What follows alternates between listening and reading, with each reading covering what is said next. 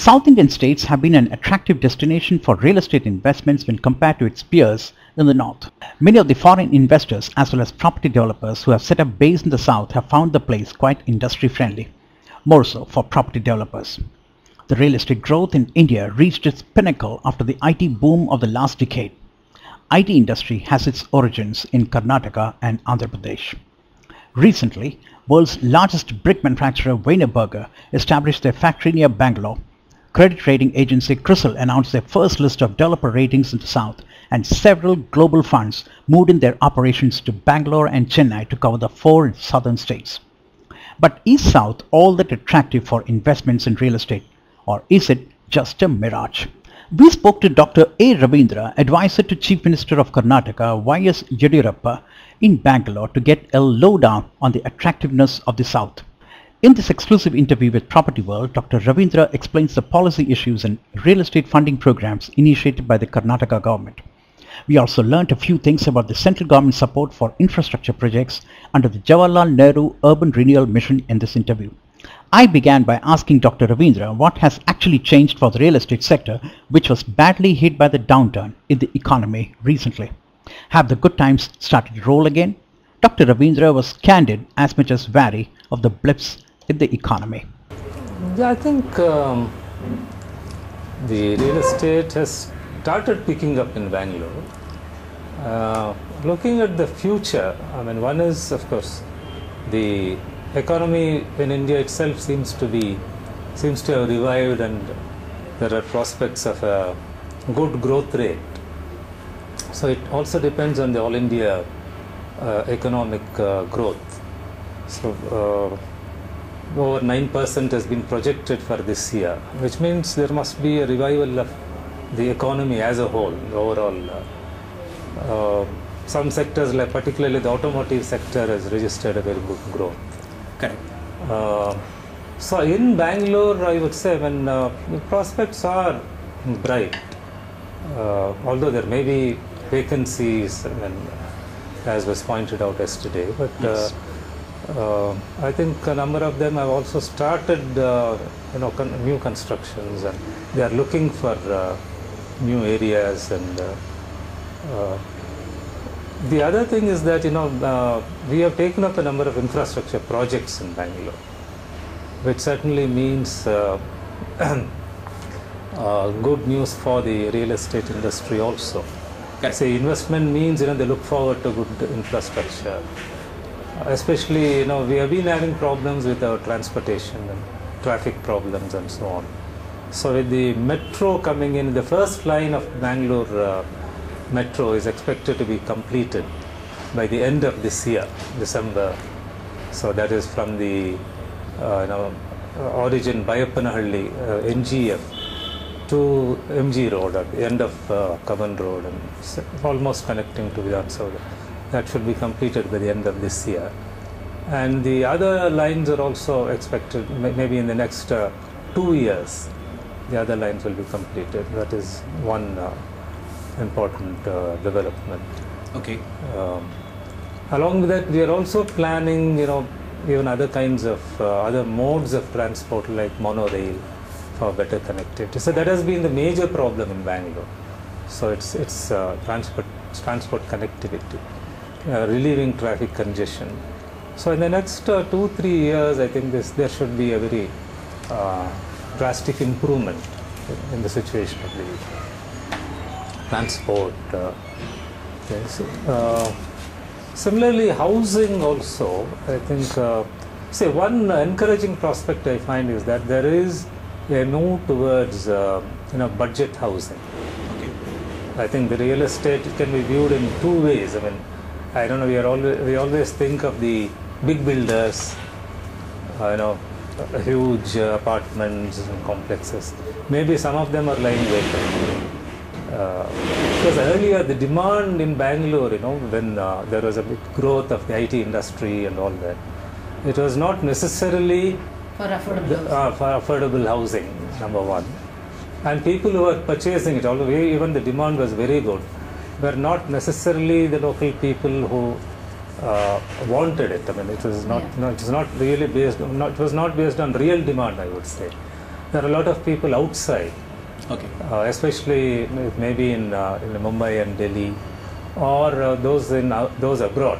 So a lot of people NRIs. from Karnataka and Bangalore are in the NRIs. NRIs. Probably who are investing. They were investing. So it was more investment in apartments and all that, or even certain commercial space and all, rather than genuine demand. And maybe that, because of the recession, maybe that got controlled somewhat. That is how.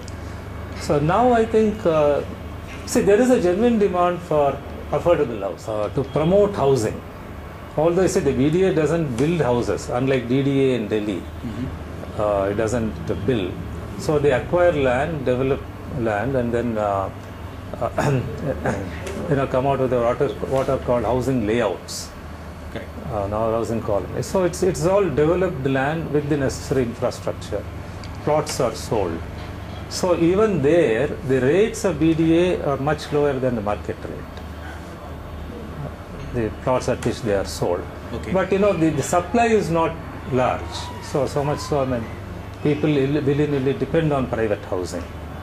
Of course, now they have planned some new layouts, I mean, 20,000, 30,000 sites and all that. In the periphery of the city. Periphery of the city. Now it will all be in the periphery of the city, because the main, the center of the city or just roundabouts are also fully taken. Even in the DDA, there is a reservation of about 25% for what are called weaker sections. So the poorer sections of the people. Okay. So that is again another important policy, dimension of the government. Okay. This apart, now, because of the central government's initiative, this JNURM and all that. Yes. There are two parts to this JNURM. One, it focuses on infrastructure, Correct. like water supply, roads and all that. Another on, affordable housing, poverty alleviation and all. Correct. So that is mainly the slum dwellers. They have come out with a program called slumless cities, or cities without slums. Absolutely. So that means And the deadline is 2015 or yeah, something. that's right. So that means kind of a massive housing program for that section of the population. Okay. That has already started. Now we have started building, houses for the slum dwellers. Okay. Except that now, earlier it used to be mostly, giving away the sites or to the slum dwellers. Now it's actually multi-storied buildings. There used to be resistance from them earlier, but now I think they are gradually getting used to it.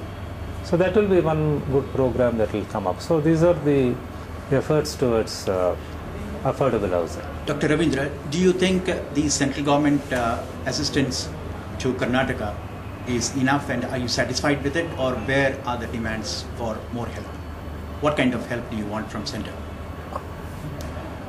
Well, I think, see, this has just been announced. We must see how much will be forthcoming in actual terms.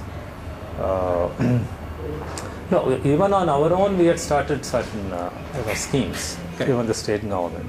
So the schemes are not new that way, except that central government's money comes in a big chunk, so certainly it helps. Sure. But I won't say that will be adequate. We also need to prepare projects. I mean, that's another thing, is planning and project preparation at the state level and all that. We also need to tap institutional resources also. So even for the slum redevelopment and all that, Okay. usually it's linked to institutional finance, Absolutely. getting their loans because they need to repay and all that. Absolutely. So institutions like HDFC, HUDCO and all that, they come in. So it's usually kind of a link up with these organizations. In regard to the Jawaharlal Nehru Urban Renewal Mission, in that regard, how satisfied are you with the kind of help you get from center, and how is it progressing? See, initially they made a big announcement about 1 lakh crores and all that, but all that has not come in. I think even 50% has not really come. We certainly need more. In fact, I would say that some amount which is due to us, I mean, which is already spent, which has been invested, we are still waiting for the releases. See, they have made some initial releases all right, but the subsequent releases there has been delay. So we have taken a talk with the Ministry of Urban Development on that. So how responsive is the Ministry of Urban Development? See, there are two things. I think they also have Ministry of Urban Development, again depends on the Ministry of Finance. Absolutely. And things like that. The see, they have linked this Jawaharlal Nehru renewal mission with certain reforms. That is Alcra and all that?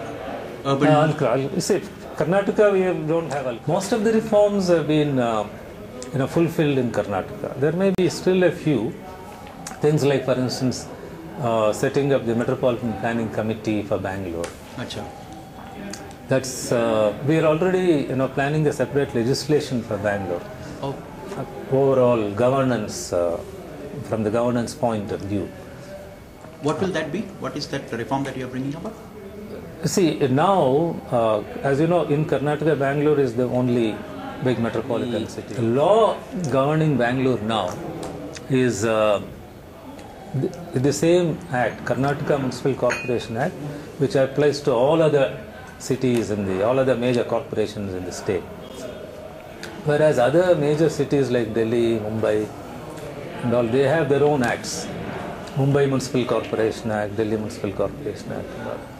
So now we want to come out with a Bangalore, we are calling it Bangalore Region Governance Act. Okay. It is still in the offing. Maybe in the next session it should come through. So it's not merely Bangalore city per se, but we are looking at Bangalore metropolitan region, which is 8,000 square kilometers. What is it called? Bangalore Regional Governance Act. Governance. So reforms within the municipal corporation, reforms in planning, and in certain other governance matters. It's a very kind of a comprehensive attempt to promote better governance within the Bangalore metropolitan region. Okay. But will that also include other smaller towns? It will include, for instance... Mysore, Hubli? No. That's why, the idea is to have a separate law only for Bangalore. I see. But the other towns, smaller towns near Bangalore like Ramanagaram, Channapatna, Nelamangala, within a radius of about 50-60 kilometers, they'll all get covered. I see. So how much will be the total coverage of this act? 8,000 square kilometers. Okay. And it will, of course, population-wise, it may be around 10 million or so. Almost 1 crore. And almost a crore. Maybe by the next census 2011 it should be 1 crore. Okay. So even from the real estate point of view, this is a very important law that will bring in, because we have also been telling the real estate sector not to look at only Bangalore city or its immediate environment. Its periphery is spreading. They are also building in the periphery. Okay. But also look at townships a little away.